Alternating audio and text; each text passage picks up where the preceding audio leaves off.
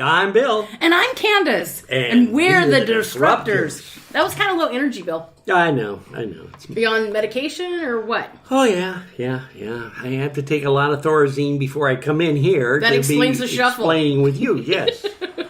So today we have somebody of interest besides you. Well, you know what? We do.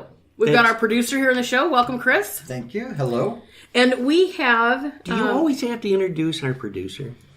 Well, yeah, because then all of a sudden when he starts talking, I don't want people to go, our the wonderful heck is he? Listeners to go, wait a minute, who's that? Oh. You know, it's not Roger the Rooster. And, you know, that's true. Yeah. Our executive producer, Patty, is asleep right here on the floor. Is she on the floor asleep? And Roger's on strike. Yeah, she's all sprawled out. He's on strike. He thinks we're a government agency. Actually, He's out Roger on strike. got eaten.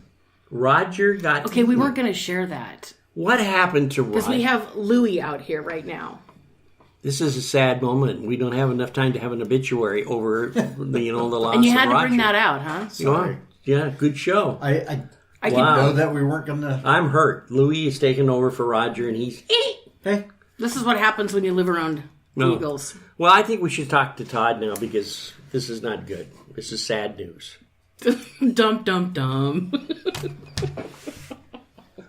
And moving right along, Todd, tell us a little bit about yourself. Did we want to introduce him? Or is he just Todd? Yo, Todd. We got this dude here in the studio. Do we have a problem with our scripting this morning? Please. No, I think Candace, would you Pardon? I think you might be having a problem with the scripting this morning. The man in the bubble booth. Go ahead and introduce our guest. You know, we are fortunate to have Todd Brogowski. I'm sorry. Oh, it's nothing to be sorry. Todd Brogowski. Yes. And he owns a company. I said just Todd. And I'm not having to have these problems, so go ahead. Thank you. The man with the silver tongue. Don't worry, I'll kick him later. So his company's called todds-written-word, and he does absolutely brilliant work. So Todd, welcome to the show. Thank you. Happy to be here. So tell us just a little bit about yourself. Sure. So I do a small marketing company that helps businesses with content marketing and with marketing strategy.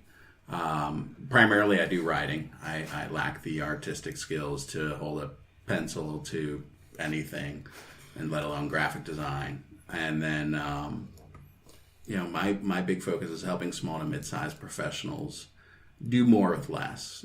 Kind of take a guerrilla marketing approach to what they need to do to compete with bigger businesses. So, what are the primary industries that you work with right now? Primarily, I work with lawyers, honestly. I actually have a background in law.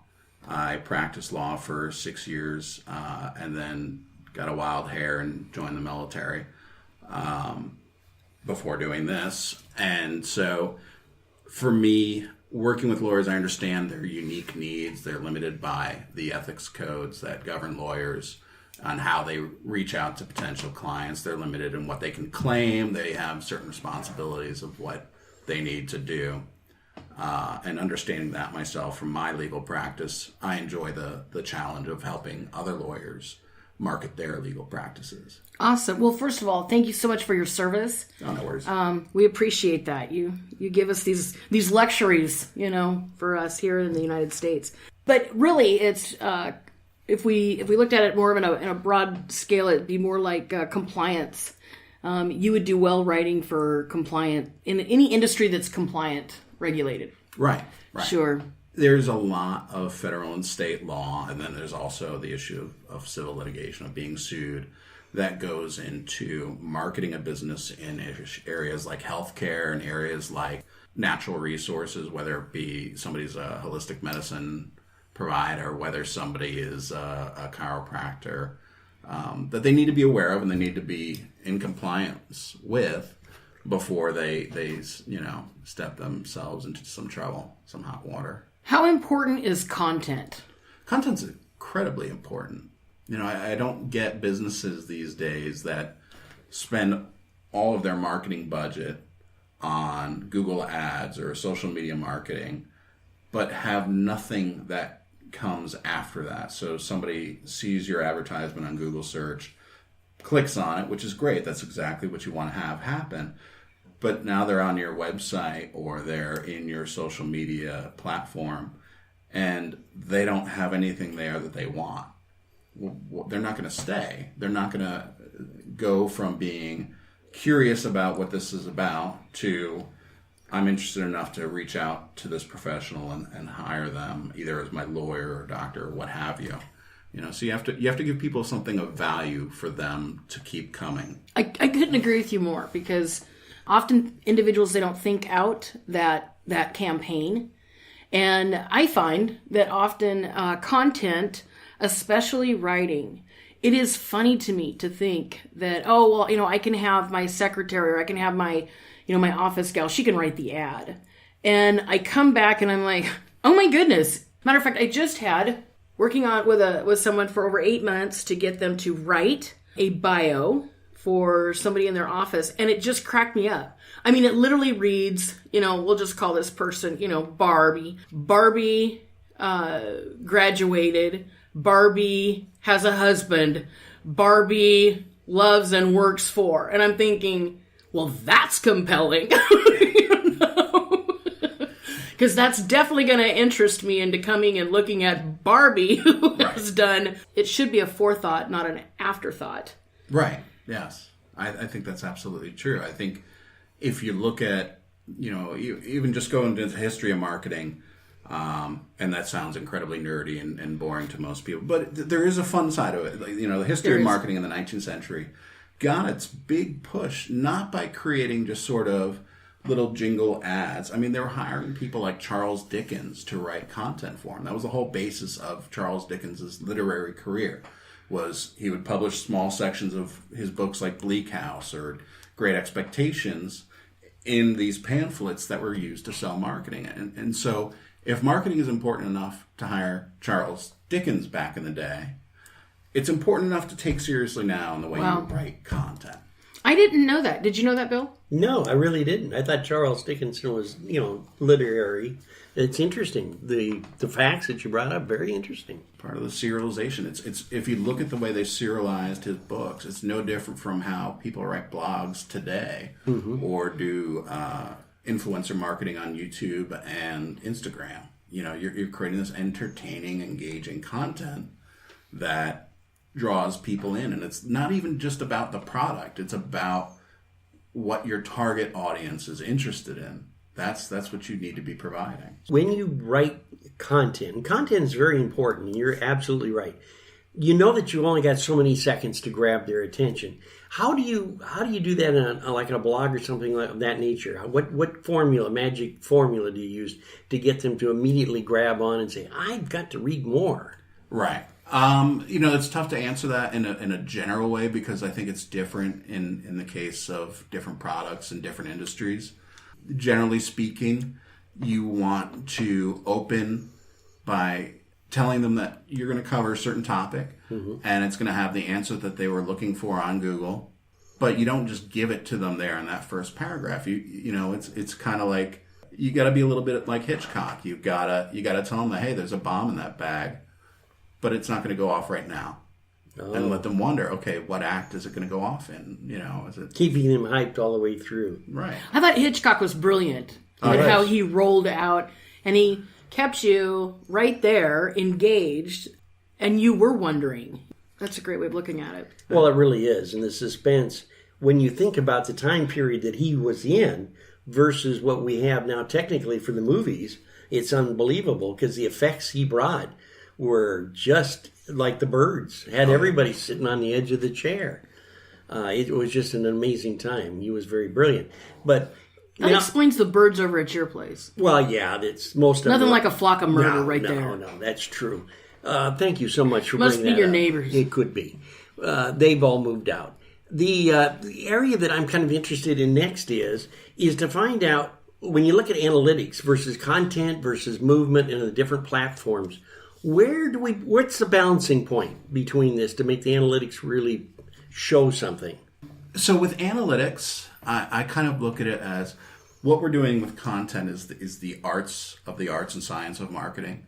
Analytics is a science. You are hopefully checking your analytics to see if what you're doing is verifiably pushing you toward your goal. That might be, how many people are coming to your site when you're a new business and how many people are aware of your brand, to are they clicking through to other pages? Are you creating content that's going to keep people engrossed? To, and most importantly, are they converting? Very true. You can have the greatest content in the world, but if nobody buys or nobody converts, then what good is it? Yeah, you've actually done yourself a disservice. So it's really a situation of watching your analytics and the importance of analytics, and then basing it out with the content. Kind of like fishing. We're going to change the bait and see what fish we can get. Right. Yeah, absolutely. So what type of writing then do you do? And I mean, like, you write, someone can hire you to do their blogs, their ads, their website content. What other writing? And I'm just throwing those out there. Right. So what types of writing do you do, Todd, that someone can hire you for? So the lion's share of what I do is blogs. Okay. Is helping people with that creative content, whether it be talking about most recently some outdoor and survival topics for a website that sells gear for the outdoor industry, to writing about ethics and compliance. I do a lot, because of my background as a lawyer, of helping businesses cover those compliance issues that they may not be aware of that they need to address on their website. You see this all the time. How many times do you go to a website and it says, this site uses cookies, click here if you accept? Well, that's somebody aware of the fact that they have to notify their viewer, their audience, under the EU's regulation known as the GDPR, that they're collecting data on them. And it's also applicable under U.S. law too. But, I help businesses understand that, we've got this issue. We've got to notify our consumers what we do with their data. We need to explain it to them in plain English or whatever language they so choose, and get it out there so that they're not being surprised that they're being tracked on these sites. Sure. So that makes a big difference. A lot of people don't understand that, and that's an area. Candace and I have talked to several small businesses, and when they break down their website, analytics, they crawl under the table. What's that? A disease? And content? Well, what? And the importance of how to balance it out. Now, I understand that Facebook and a lot of the platforms look at content to figure out where they're going to rate you as far as your movement's concerned on the search engines. Is that important as much as movement on the page now? I understand that video is starting to crowd it out a little bit. Well, video is great and all, but video doesn't work terribly well with search engines. And it's one of these things where, okay, if you're going to create video content, that's great. You're going to grab people's attention. Mm-hmm. But you should also consider doing things like transcribing that content. I agree. So that you're seeding organically the search engines so that they know that you have content relevant to a particular keyword. And that's going to help draw more clicks from organic search than video will. Doesn't mean you shouldn't consider doing video. I mean, pictures is 1,000 words. It's valuable. So it just kind of balances out where you're headed, where you want to go, and what's going on, basically. A lot of people notice also now, of course, Google's changed theirs, and they got the Google ad, business ads. Sure. Which is very important. Can you touch on that a little bit? Because there's a lot of folks that you look at and go, business ad, what's that good for? Sure. There's a lot of different approaches to digital marketing that people can take. And the trick is to figure out the right balance based on their marketing goals and their budget and their timeline. If they have a goal of increasing their viewership and increasing people through the doors of their retail space or whatever it may be, and that's on a short time frame, well, they should consider spending more on things like Google search and Google display ads, and make sure that they're covered for the way that people search for businesses on mobile. Most everything's people going now mobile. they're searching on mobile. I think it's something like 73% of all searches for retail spaces are done on mobile. Wow. Yeah. And so having, you mentioned Google Business. The Google Business page, for those that don't know, is your entry in the Google Maps